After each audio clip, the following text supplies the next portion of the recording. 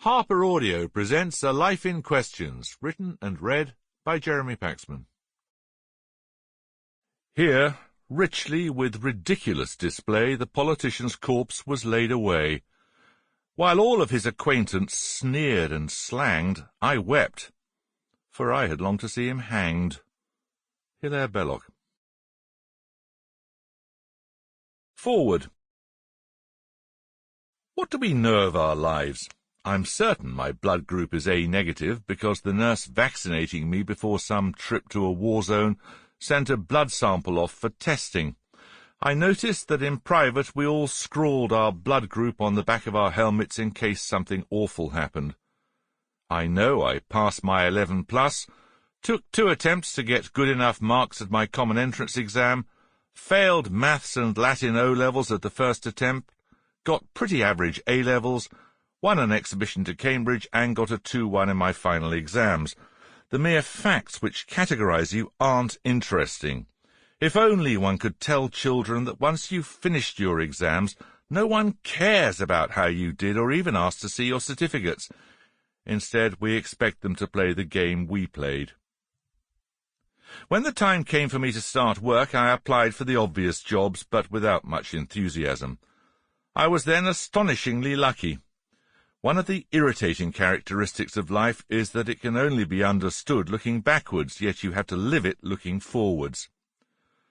Though it didn't really seem like that at the time, I now see that there was only one occupation suitable for someone who, like me, was driven by curiosity and loved words. For over 40 years, I've followed the same trade, whether in radio, television, newspapers or books. As my own shelves show, the world has a surplus of books. Why perpetrate another? I've no great prescription to dispense, but it's been fun, and along the way I've met some interesting people and heard some terrific stories, which I might as well share before I forget them. I have no scores to settle, no unfinished business. I just did things that seemed interesting at the time. A collection of memoirs offers the chance to try to set the record straighter than it might otherwise be, and to laugh at the silliness of so much of life. The other day I was rootling through some boxes in the bottom of a cupboard. Whatever the reasons for keeping the stuff I found inside, the hours devoted to an essay, the brief moment of insight which seemed so vital at the time, the transitoriness of television, earlier in life I wanted to preserve my past.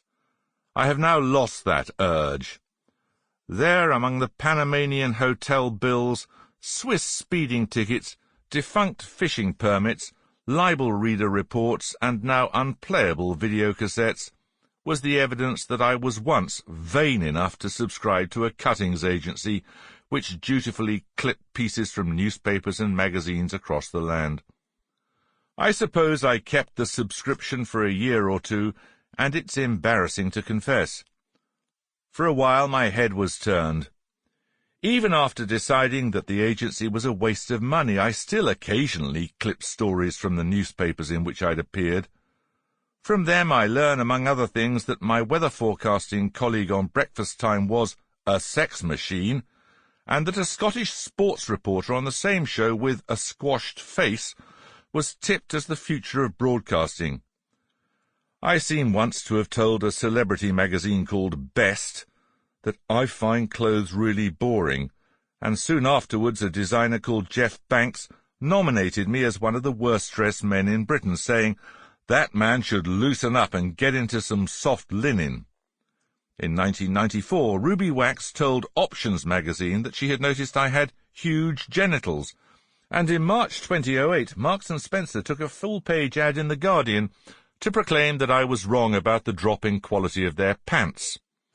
David Cameron let it be known to some obliging reporter that he detested me. Tony Blair's Health Secretary John Reid accused me of disrespecting him, after I described him on air as the government's all-purpose attack dog. The 10 minutes of foul-mouthed abuse which his assistant afterwards heaped on Kate McAndrew, the producer of the day, was not disclosed, and the next day the Daily Mirror quoted a friend in quotes of John Reid calling me a West London wanker. In the following weekend's papers, the novelist Howard Jacobson accused me of coarsening public life. Sample complete. Ready to continue?